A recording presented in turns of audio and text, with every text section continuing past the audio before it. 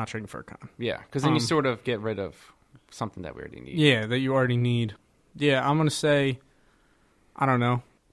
Would you give up Mike Scott, Zaire Smith, and a first-round pick for Chris Paul? For Chris Paul? Yeah. That's probably what it would take. Yeah, I don't know. Or like Zaire Smith and a first-round pick. I would do Zaire and a first-round pick for Chris Paul. But I mean, it's certainly tough to sit here and call that. Yeah, I don't know. It's just something to think about. Food for thought. Yeah. You know? And with that being said, we are going to move into one of my very favorite new segments we have on the podcast. A drum roll, please.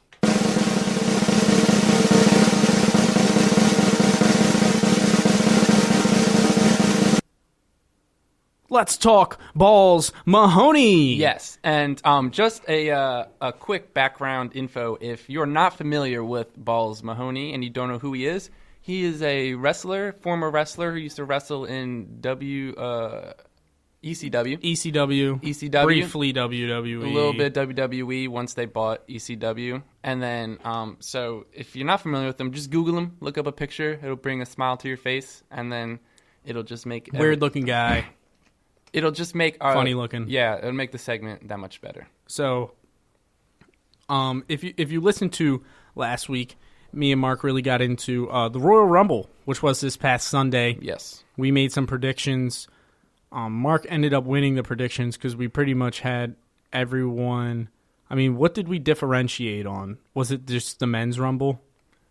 It was the men's Rumble, and then it was... I think it was like Sheamus and Shorty G. Yeah.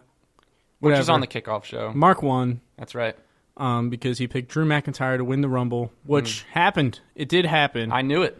I picked Aleister Black, and I also threw in CM Punk. Yeah. That was like a fucking shot in the dark. Pray to God that would actually happen. It didn't. No. But we did have some surprise returns. We'll talk about like some of the main things. I mean, The Fiend retained his Universal Championship. Bayley retained hers. The big dog won. Becky retained hers. Roman Reigns beat Baron Corbin. And then I believe it was just the men's and the women's Rumble. Yeah. After that, Charlotte Flair won the women's Royal Rumble. It was down to her and Shayna Baszler, who came out at 30 as, like, I guess, like a surprise. It's not, like, too much of a surprise, but, like... It's a sort of a surprise. We were expecting Ronda. Yeah. At 30. Yeah. Which would have been pretty sick now that I'm thinking about it, that if the final three... Well, if Shayna was still in it, then the final three would be, like, Charlotte, Shayna, and Ronda. That would have been sick. That would have been cool. But it ended up the final two being Shayna Baszler, and Charlotte Flair, and, of course, Charlotte won. Yeah. And Shayna Baszler should have fucking won. Yeah. When it was between them two... Shayna versus Becky would have been awesome. Yeah. And I have some dirt on the Women's Royal Rumble. We were wondering if Sasha was going to come out, but Sasha was hurt. And so they flew in Kelly to compete in the Royal Rumble in her place. Oh, really? Yeah. So that's why we didn't get Sasha in the Rumble. That makes me think Sasha might have been possibly supposed to win. She could have. This definitely seems like it could have been a backup plan just to have Charlotte win, just because it's like an easy thing to do. Yeah. It's just like, it's not like anyone's going to be like, what the hell? Why did this person win? You know what I mean? It's just like... it's not too out of the ordinary. Yeah. That's upsetting. Yeah. Sasha's hurt again. Yeah. Or she wasn't hurt. She just, like, left. Yeah. Or she was just, like, at home. Yeah. Yeah, so Charlotte won the Royal Rumble. So I guess we're getting... Is Charlotte on SmackDown or Raw? She's on SmackDown. Yeah, so I guess we're getting Charlotte and Bayley. I guess. Yeah. Whatever. I don't know what they're going to do. Yeah. That's like heel versus heel. She hasn't made up her mind yet. Oh, she's on Raw. She is on Raw? Yeah. She's probably going to go against Becky then. Yeah, because she said on Raw, I just remembered that she said on Raw that she hasn't made up her mind yet. Okay.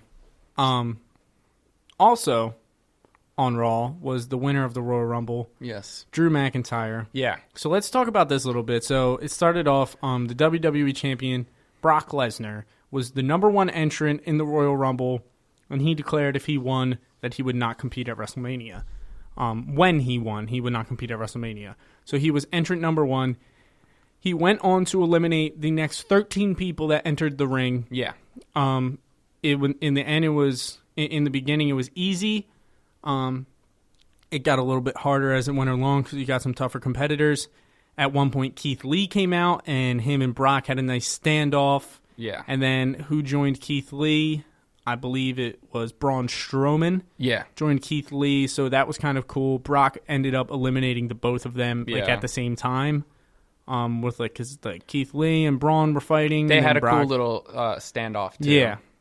That Keith Lee and Brock standoff that was awesome. That was pretty awesome. Yeah, because Keith is so over right now. Yeah, Keith is so over right now. Like the pop was crazy for him, and then of course Lesnar's looking at him. He's like, "Oh, big boy." Yeah, it was funny. Just like you're a big boy. Yeah, I was just watching him just mess with Keith like that because that was probably all real. It's not they weren't "Oh, dude, just go make fun of Keith." He's probably like, "Who is this guy?" He probably didn't even know who Keith Lee was, honestly. And then, so that happened, and then we get Ricochet entering the ring, entering the Rumble. Who had some beef with Brock? On Raw in the past weeks. So, Ricochet ends up making it until the next person is entered. And the next person who comes out is none other than the future winner of the Rumble at number 16. And it was Drew McIntyre. Yeah. So Drew McIntyre comes out, and he's having a little standoff with Brock. And it was fucking awesome, bro. Yeah. It was so awesome, honestly. And I remember when I told you that it was just crazy how small Drew McIntyre made Brock Lesnar look. It was insane. If you don't realize, I knew Drew McIntyre was huge because I knew he was super tall. Yeah. He's 6'6", 6'7". Yeah. 10 years ago when he was in WWE, he was way skinnier. Yeah. Way skinnier. Google a picture of Drew McIntyre. In his early WWE career. And then look at him now. Yeah. And it's ridiculous. It's insane. But dude, Drew McIntyre literally made Brock Lesnar look like a dwarf. Yeah. It was ridiculous. Yeah, if you don't you're like, damn, Drew McIntyre's huge. Yeah. And then you see him next to Brock Lesnar, and I'm like, oh my god, he is huge. Yeah, because Brock Lesnar's big too. Brock Lesnar's big. Yeah. He's a big guy, and he literally, Drew McIntyre made him look small. It was ridiculous. So what ends up happening is Ricochet hits Lesnar with the low blow. Doesn't matter how big you are, a low blow is going to knock you down. And then he stumbles, and Drew McIntyre claymores him right over the top rope. Drew McIntyre eliminates Brock Lesnar, and Brock Lesnar is very pissed outside the ring. You can see him. He is pissed. And then we get Brock Lesnar and Drew McIntyre kind of staring each other down. Yeah. And Drew McIntyre looked so fucking cool. Yeah, it was awesome. Honestly. Just to see Brock Lesnar. After a couple days set in, and I was like, damn, I really kind of wanted Aleister Black, or I kind of wanted, I wasn't upset with the result by any means. I just kind of really wanted Aleister Black versus The Fiend, which we can still get. Yeah. It can still definitely happen. Yeah, the way they're building up Aleister is insane. He's just, squashing everyone that he fights. And then, after you saw McIntyre eliminate Lesnar, you had a feeling for the rest of the match that it was going to be McIntyre. Yeah, and Lesnar also tied the record with most eliminations. Yeah, he tied the record with most eliminations, and then McIntyre came out and eliminated him. Yeah. So, we got some cool returns. MVP, Montel Vontavious Porter, ballin', came out, and he was one of the people that Brock eliminated, actually. Yeah. He was number 12. Yeah, sort of after the first few people came out, and it took him 30 seconds to throw him over. You sort of get that, oh, okay, I see what's going to happen here. Yeah. And then you sort of wait to think okay, well, who's going to stop this? And then that's when we were convinced Cain Velasquez was coming out. Yeah, I thought once he eliminated whoever came out who came out second, Bobby Roode. Someone. Someone random. Didn't matter. Yeah. Honestly. No, it was Elias. Elias had a cool little came out as number 2. He had a cool singing segment. But once he got eliminated, we were like, all right, well, he just had to come out at second so he could do his gig. Yeah. And then we're like, all right, well, Cain Velasquez is going to come out. Because I'm pretty sure someone said that he was entering the Rumble, but then he never came out. And then it was sort of like Rey Mysterio came in, and then a few other people that like had beef with Brock came in. And then so we were sort of just like, oh, well, what if this person comes in? And we were making up like cool storylines as the Rumble's going on to eliminate Brock, but then none of that really happened. Yeah, none of it happened. But I'll say, like, we got some NXT call-ups. We got...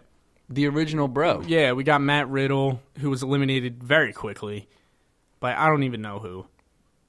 I don't remember. It was someone dumb. Yeah, it was like... it was like Baron Corbin. It was Baron Corbin, I remember actually. Just being like, what? So Matt Riddle got eliminated pretty quick. Matt Riddle got eliminated pretty quick. We had the Keith Lee call-up, which was cool. And then we had MVP return. And then the biggest return of the night was we're sitting there at number 21, and we're kind of waiting for a big return at this point. We got MVP, but that wasn't like a huge return. You know what I mean? Like, it was one of those like bring back someone older, just to be like, oh, that's cool that he came out. Yeah. But it wasn't. We didn't like freak out. We were just like, oh, cool, MVP. And then, of course, I feel like there's probably one every year that you freak out about. Yeah, that you're just like, oh my god. Yeah, and we had a few that we thought it could be with like John Cena or CM Punk. John Cena, CM Punk were the big ones. And then, sure enough, man, number 21, the clock goes down. And you know when they zoom out and show the ring and like the thing, you know it's going to be someone big. So we're kind of waiting for it. So you could see the crowd's reaction. And then you get, you think you know me. And it's like, fucking Edge, dude, after 9 years, comes out of retirement in the Royal Rumble. That was awesome. His pop was huge, it was ridiculous. It's going to go down as one of the best in the Rumble. And like, dude, the look in his eyes when he was on the ramp, bro. He looked like he almost wanted to make me cry. I know, dude. It's like I finally made it. Happy. Yeah. So like he was just like, the look in his eyes. He was just like, I can't believe this. Yeah. Like because he was forced to retire 9 years ago, and due to some neck injuries. And he came back, and 9 years later, he said he was on Raw last night, and we'll get into that. So we'll get right into that now, actually. So basically, all you need to know is the big return of the night was Edge. Yeah. McIntyre won, and they set up pretty much a storyline between Brock and McIntyre. Yeah. McIntyre also has never had a WWE title shot in his career before this. He's never wrestled for the WWE title before. So let's get into Edge, since I was already talking about it. We're kind of going backwards from Raw, just two major things that happen on Raw. So Edge is in the ring basically talking, saying, you know, for the first time in 9 years, I entered the ring last night, the Royal Rumble, and he basically said, I did what I had to do to come back to this ring to end my career on my terms. Yeah. Which was awesome. Yeah, it was a great promo. If you haven't watched it, go ahead and watch it. And the whole point of it was sort of like, what's next for Edge after he returns from the Royal Rumble. So when he came out and cut his promo on Raw, it was really him just saying what's going to be next for him. If he's still going to wrestle, or maybe he could go into like a writer's position, or if he's done after this. But that's really what his promo was about. And then we got Orton coming out to the ring, and he got a big pop too. Yeah, Orton got a big pop. They had a thing in the Royal Rumble. They were the team-rated RKO. Yeah, they were in the Final Four. They were. Both of them were. And Edge was actually in the final three. Yeah. With him, Roman, and McIntyre. Yeah, because Orton was going to try and pull a fast one. Yeah, but then Edge so we got a little sneak peek at it last night. Orton, like, almost hit Edge with an RKO. He, like, jumped at it a little bit, and Edge was like, what are you doing? And Orton was like, sorry, man. He was like, only one of us can win. That's what he said. He was like, there's only one winner. And then they were like, and Edge was like, all right, come on, like, let's get back to work, eliminate these guys. And then Edge threw Orton over the top rope. Which was awesome. So then Orton comes out yesterday when Edge is making his promo, and he says, what do you say we get team-rated RKO back together? Huge pop. Ridiculous. And I got hype. Yeah. I was excited, too. And then, what do you know? He immediately hits him with an RKO. Out of nowhere. Yeah. So Which you sort of got that you got the feeling vibe of when, especially when they had their encounter at the Rumble, you were thinking, okay, they're either going to bring them back as team-rated RKO as a tag team, or they're going